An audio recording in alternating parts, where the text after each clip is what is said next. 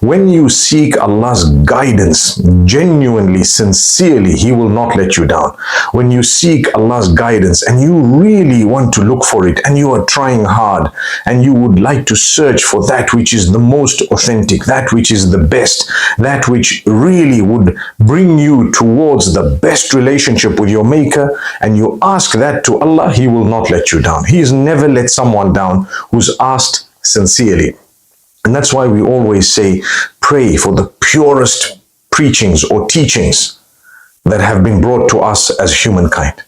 And in that way, you will always be able to be guided to the purest, cleanest, and most correct teachings that have been brought to us by humankind. Even those who follow the previous scriptures or the previous prophets, if they were to pray for guidance to the purest teachings of that particular prophet, they would end up worshipping the Almighty alone.